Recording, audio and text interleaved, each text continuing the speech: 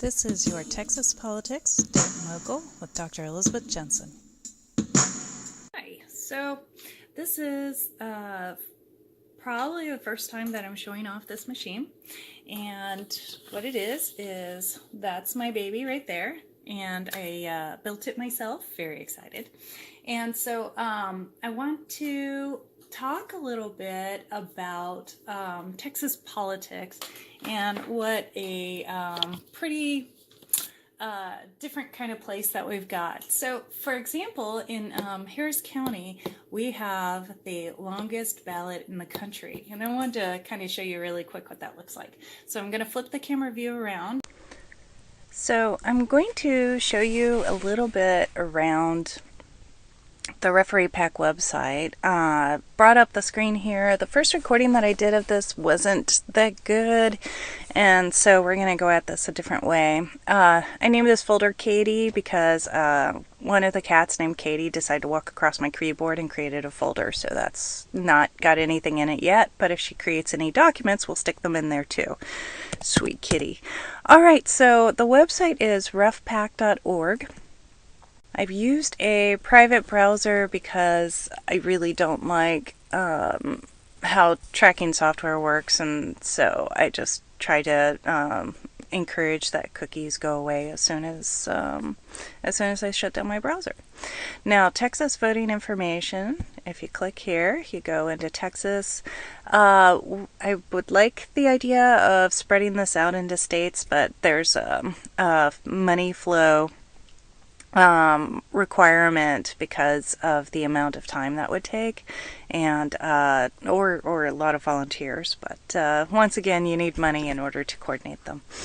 So in various counties, voters have asked me to assemble information, and it comes down to the details. Who are these people on the ballot? It's not even straightforward to find out what all offices can you vote for. So if we go to Harris County, here we go, and let's pick a precinct. So let's go down to the bottom one. We pick this precinct right here, and then you can see the whole suite of offices. So I'm going to scroll through it first, and then I'll start talking about the different levels. So let's scroll. Do do do do do do do do do do do.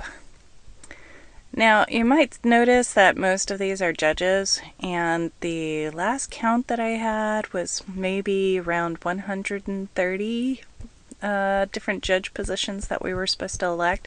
So let's go through this special list, and this is all who I'm supposed to be able to vote for. And, okay. Let's get back up to the top. Okay, so everybody's familiar with the federal government, so we're going to skip past those. And then we get into the Texas state government. So folks are used to these two. We're taught about those in school.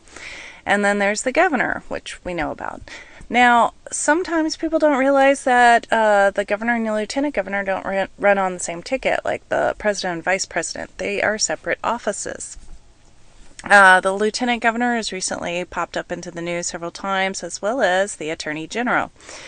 A lot of people don't realize the comptroller, land commissioner, ag commissioner are all elected positions. The railroad commission, folks do kind of have an idea that you're able to elect these folks, but what exactly do they do comes out to be another question. For example, they don't do much with railroad. They're mostly oil and gas and that sort of regulation, and how much does the state collect whenever they are dealing with fees and licensing. Now, there's the Supreme Court, and while folks know about the Supreme Court, they don't necessarily know that you can elect these people. So there's the Supreme Court that's elected, and then there's the Court of Criminal Appeals. And they are all elected. And if you're ever in Austin, go visit the courthouse because it is really neat. And you can go in and you can sit and watch the proceedings, and it's really kind of a different sort of setup. I was very surprised whenever we went and visited. Highly recommend it. Now at the county level, you have a county judge, and here you can see it needs to be updated. Ed Emmett was not elected this last November. Then we have county attorney, and this is where things start to vary, is district attorney and district clerk, as well as county clerk. Every county has a district attorney, but not every county has a county clerk and district clerk. Then you have the sheriff, the tax assessor, and not every county has a treasurer. Sometimes they have a different kind of position.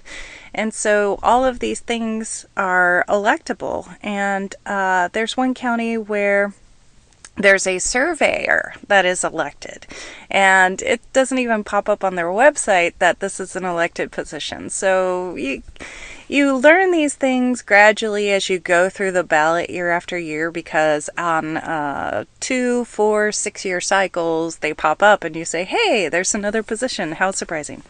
Okay, so then we have the major parties. And while, of course, the Democrats and Republicans are the biggies, the Greens and the Libertarians are also very active here in Texas. So for every county, I've set up a location where you can go and look these folks up. Now, this is what I consider the free entertainment that's out there. It is a lot of fun to go to some of these meetings. And it's like a roller coaster ride if you go to a Democratic meeting on one day, or on the same day, go to a Democratic meeting and a Republican meeting, and they are so different, like night and day. Now, the Republicans have gotten a little weirder, so with time, the folks that are attending these meetings, they don't really... They're almost like in a different reality that doesn't exist. It's very strange. And then to go from one of these meetings to one of the Democratic meetings, and the Democrats haven't really changed much. What they do is argue. I mean, every single point they argue over everything. And so you can sit there and just it's free entertainment for like an hour. Listen to folks argue. So Greens, they're a little hard to track down. They sometimes they'll post meetings on their website and people won't necessarily show up there, or the address is wrong. So I've actually had trouble landing on the Green meetings, but if you make contact with somebody who is on the organizational side, you can double check when those happen. And the Libertarian meetings, I've not actually attended any of those, and recently I've made them rather upset, and so I don't know what to say about those, but hey, if you go and have an adventure with them, let me know about it. Okay, now, the county commissioner, a lot of people think that their mayor is the mayor of Houston in this area, but what happens is that they are not actually in the city of Houston. So the most lowest local government that they experience is actually the county commissioner. So this is kind of your mayor if you're not actually within a city, if you're unincorporated. Then we have the 1st and 14th Court of Appeals that covers the whole county. And these are all judges who are elected. And I'm going to have to update all of these. Anyways, and then we move into the district courts. And there are a lot of district courts. And so I'll just scroll and show you. And how do you know about these people in order to vote for them? A lot of people will just skip these courts, and they really, really matter. You need to know about these people. And so whenever I'm organizing an election, I will actually do as much research as I can on these folks. And fortunately, Wikipedia has done a fair bit of research on many of them. Not all of them, but many of them. Okay, then we have the probate courts, and then the justice of the peace, and then we move into the constable. Now this is the State Board of Education. They're very important. A lot of people know that they're elected because of all the various news articles that have been out there. This one, I need to improve the label, but this is Lone Star College System. So this is our community college. This is the Harris County Department of Education, and this one is a little unique in that and it's the only one in the state of Texas. And what it is, you have several positions that are elected by the area that's covered by Harris County as a whole, and then a couple of positions that are elected only by your little district in Harris County. And so then we have our local school district, Spring ISD, and all of those positions are elected. And then we have the Emergency Services District, number 7, and that's Spring Fire Department. And all those commissioners are elected. And then we have Emergency Services District 11, and that's the ambulance. And these elections only occur in the May election cycle, so very few voters actually vote for those folks, which is a whole nother issue by itself. Now this, I need to fix the label, but this is WCID 110, that stands for Water Control and Improvement District, and these are all directors. And once again, that's May election cycle. And then also in the May election cycle is the North Harris County Regional Water Authority. And this is another important organization that it's worth learning more about. And the other thing is if you want to go have some free entertainment, you can go to one of these meetings and just sit down and see what kind of business do they do and what do they conduct. And at least every once in a while there's a bit of a surprise. So like whenever I went to a WCID 110 meeting, I was surprised to find that they served up food. And that was also the case over at the Lone Star College meeting. Whenever I sat down, they served up food for everybody that was attending the meeting. It was rather nice. So I highly recommend that you drop on by to one of these meetings.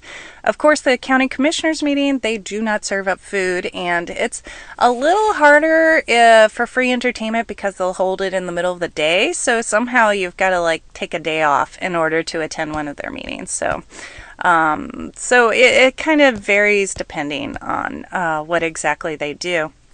And these are just the elected positions. There are other organizations in which it's worthwhile to attend their meetings, but they aren't elected, that I didn't list.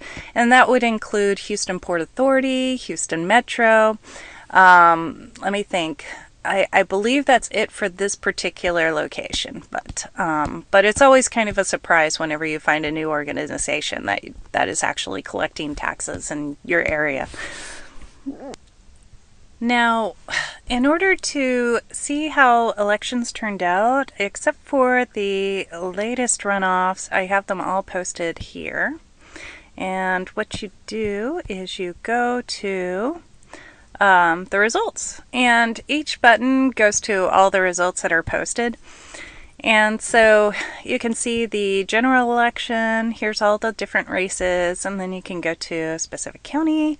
And then if you want to go and see how the primaries turned out, then that's further down here. So where the buttons get all blue and pink, that's where the primaries are covered. And you'll see every once in a while that there's a primary with asterisk next to it, and the reason why I mark that one as special is because there was no candidate running from a different party. So what happened with this particular race, this is Court of Criminal Appeals, Place 8, and what happened is this whole race, this whole office was decided in the primary. So anybody from the Democratic Party, if they wanted to vote in the Democratic primary, they did not have a vote in selecting who got into this particular place because there was no Democratic candidate or Libertarian or Green or any other party on the November ballot. So this candidate right here, who was Judge Slaughter, she won the primary, which means that she was automatically elected in November because there was no challenger. And so that's what those double asterisks mean.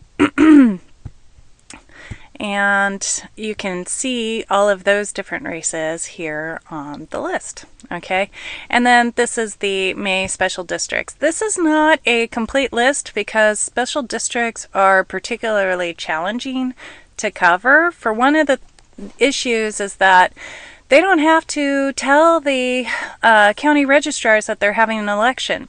So what you end up doing in many of these races is calling up each and every special district and asking them, do you have something on the ballot? And so this gets to be time intensive, and that's why you're just going to see incomplete postings on this one. I do what I can. I am currently hiring help relative to the May election cycle, and because that's what's coming up here. And so so anyways, and then the other problem with the May election cycle is that most people do not know that it's occurring, and so then the turnout will be really, really very low. Okay, all right, so we've just covered the races and where to find your results. Okay, so now I need to start updating these offices, and so following blogs are going to track different offices that have been updated, and if there's a story of interest, then I'll point that out. All right, thank you for tuning in, and we'll see you next week.